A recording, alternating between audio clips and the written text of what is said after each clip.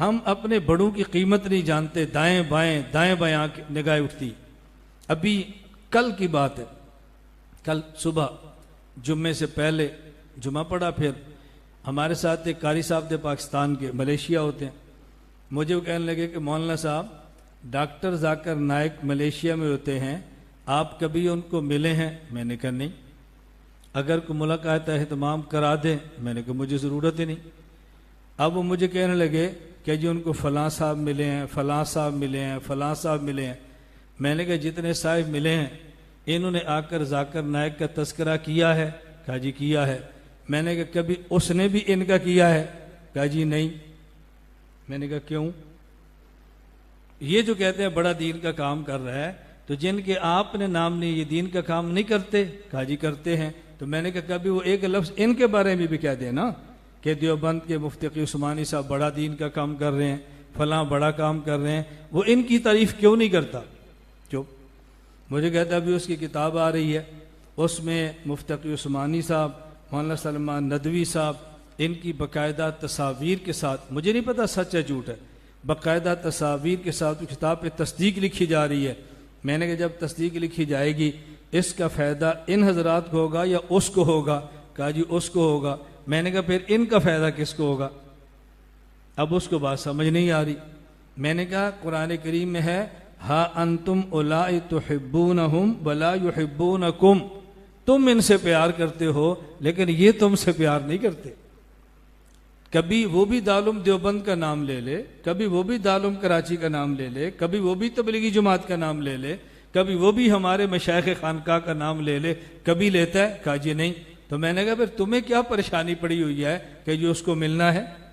اہل حق اکابر ہمارے پاس اتنے ہیں، ہم زندگی بھر جوتیاں ان کی اٹھائیں تو وقت نہیں ملتا، اور پھر اس کے بعد کسی اور کو ملنا ہے؟ کیسی بات کرتے ہو؟ آپ کو جو اللہ نے حسن دیا ہے نا اس کو سمجھو، خدا نے آپ کو جو دین دیا اس کو سمجھو، اللہ نے جو اکابر اور مشائخ آپ کو دی ان کو سمجھو۔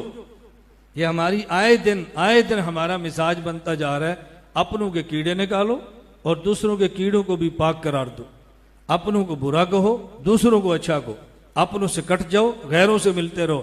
یہ بات اچھی طرح سمجھو، ہم نے امت کو جوڑ کر چلنا ہے۔